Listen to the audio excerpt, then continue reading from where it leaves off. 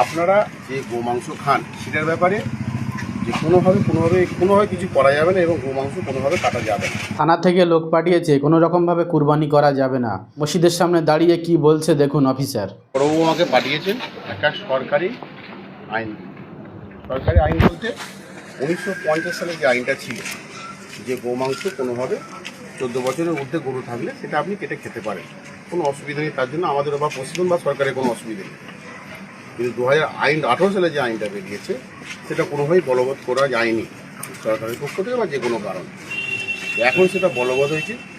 আপনারা যে গোমাংস খান সেটার ব্যাপারে যে কোনোভাবে কিছু করা যাবে না এবং গোমাংস কোনোভাবে কাটা যাবে না। বাড়ির আশপাশেও বাড়ির পিছনেও বা এটা নির্দেশ, এটা আমরা আপনাদের করে বলতে এসেছি।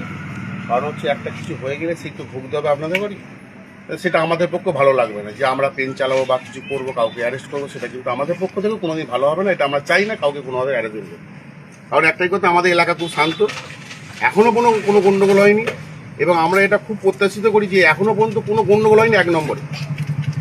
এবং আমি আপনার সামনে থেকে যে ভোটটা করিয়েছি সেটা কাউকে আমি ঠিক করে নিয়েছিলাম যে কোনোভাবে কারো রক্ত ঝরাতে দেবো না। কেউ মারপিট করবে, কেউ গন্ডগোল করে কোনো রক্ত ঝরবে, কারণ আমি এটা কোনোদিনই চাইনি, তাই কাউকে কোনোভাবে কিছু করতে দিই। তো এটা বলে গেলাম, সবাই এটা মান্যতা দেবেন আশা করি, আর কারো যাতে ক্ষতি না হয়, সবাই সুস্থ থাকবে। ঠিক আছে, সেই আইনের ঊর্ধ্বে কেউ যাব না। না, এটা 18 সালের আইনটা।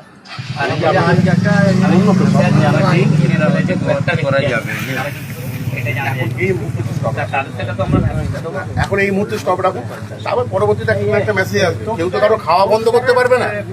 হ্যাঁ ঠিক, যারা নিয়ে আসছে তারা কি করবে?